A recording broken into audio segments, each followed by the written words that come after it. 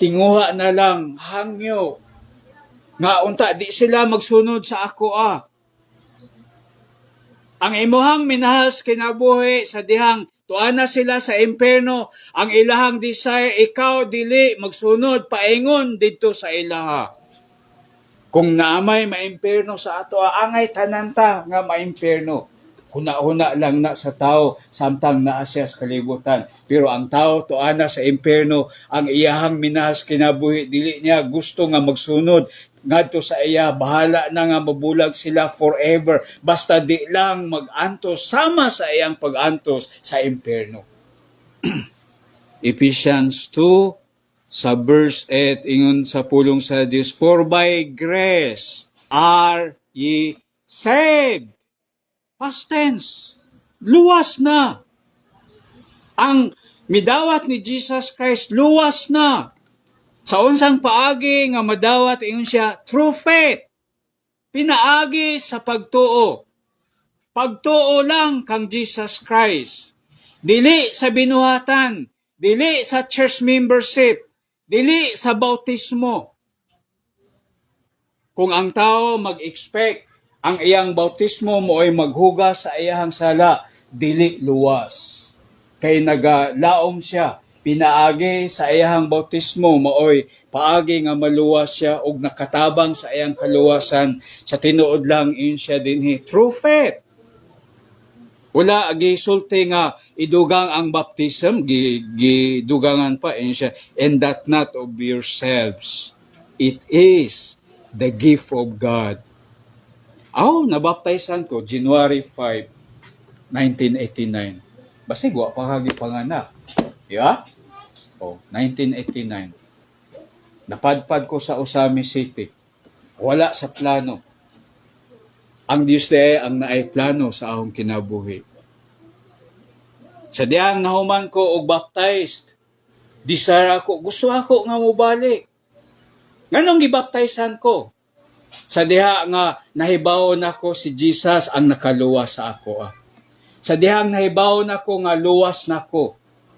Pero ang tao nga ga-expect nga madugangan ang pamaagi sa iyang kaluwasan, idugang ang bautismo, wa siya nagtuo kang Jesus Christ, nagtuo siya sa iyang binuhatan, nagtuo siya sa iyang kahimuan, nagtuo siya sa iyang ability.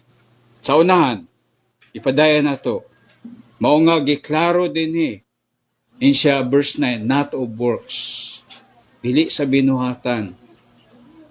Ang baptism maoy first step of obedience, binuhatan. Are you still there? Ang Bible nag-ingon ang kini nga kaluwasan not of works.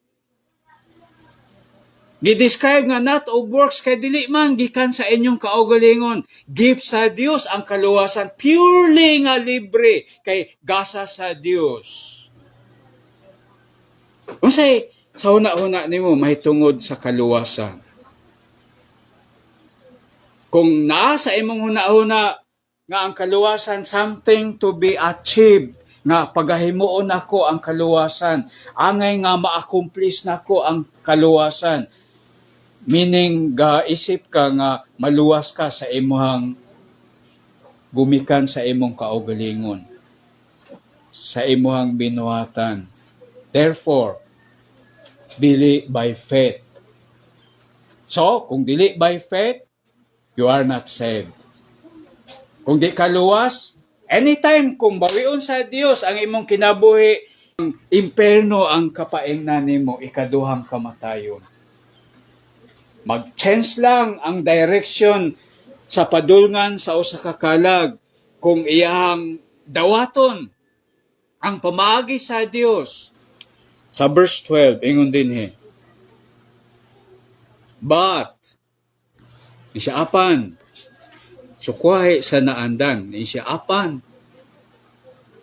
Siya, but as many as received him, apan kutob sa midawat kaniya, kisa man na, si Jesus. To them gave he power to become the sons of God or children of God, nahimong mga anak sa Dios. Ay, ako kang sultian kung ang usa ka tao nahimong anak sa Dios, Di yun niya matilawan ang impyerno. Are you still there? Anak ko sa Dios. Mahimo lang daw nga anak sa Dios ang usa ka individual pinaagi sa pagdawat kang Jesus Christ. Sa unsang paagi nga si Kristo madawat?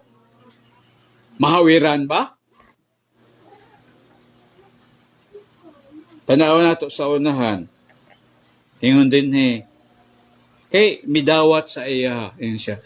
Even to them that believe on His name. Bisan kadtong nagtuo lang. Ang pagdawat ni Jesus, pagdawat kang Jesus Christ, aron di maimperno, aron maluwas, pagtuo. Ang nagtuo, nagdawat. Ang nagdawat, pero wa mituo, wa siya nagdawat. Unsay tuohan? Si Kristo makaluwas sa ako. Kana mo'y pamaagi sa Dios, dili lang makaangkon og kaluwasan, bisan mahimong anak sa Dios. Kaysa diha nga mahimong anak sa Dios, ipanganak man sa pamilya sa Dios, matawo siya pag-usab, ma-born again. Unsa lang again? Pangduha nga pagkatao. Imong birthday, first birth nimo. Ingon ni Jesus, di gani ka makabaton og ikaduha nga birthday, di gani ka makasulod sa gingharian sa Dios. Di gani ka makaangkon og ikaduhang pagkatao, di gyud ka makakita sa gingharian sa Dios. Never. Bisag unsa pa pagbinuotan nimo, maayo nang magbinuotan ang tao, makalipay sa ginikan. Correct? Oo, makalipay sa ginikanan. Pero dili ka maluwas sa pagbinuotan. Bisan si ikagsimba, di na makaluwas sa imuha.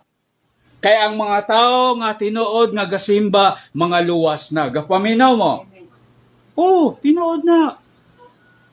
Bisag unsaon nimo pagka manggihatagon, bisag ihurot nimo ang tanan sa imong kinabuhi, ihatag nimo sa mga nagkinahanglan, pero kung di kaluwas, dili mausab ang imuhang kahimtang nga di gyapon kaluwas. Pero imuhang tuohan, dawaton si Jesus Christ kay ang imuhang pagtuo mo'y mahimo nga kamot nimo aron imong madawat ang ginatanyag sa Dios nga libre na kaluwasan. Gift. Ganyan, nabasa ito. It is the gift of God. Ang imuhang faith, mahimo nga kamot nimo. Kaya nimo dawaton ang libre nga kaluwasan. Therefore, kay nadawat nimo, ang nakadawat ni ana luwas. Ingon ana kasimple. Mao nga ang Bible naga-describe ni ini gospel. Unsa diay ang gospel? Ang gospel, good news. Unsa diay ang good news? Bisag makasasala, bisag hugaw ang kalag, hugaw ang kasing-kasing, gumikan sa kadaotan ug sala, pero iyang dawaton si Jesus pinaagi sa pagtuo, maangkon niya ang kaluwasan. Di na siya maimperno. Past tense to siya. Di kinahanglan nimo nga dawaton si Kristo karon kung di pa kaluwas. Kay moabot ang adlaw sirhan sa Dios. Sirhan sa Dios ang pagtanyag sa kaluwasan.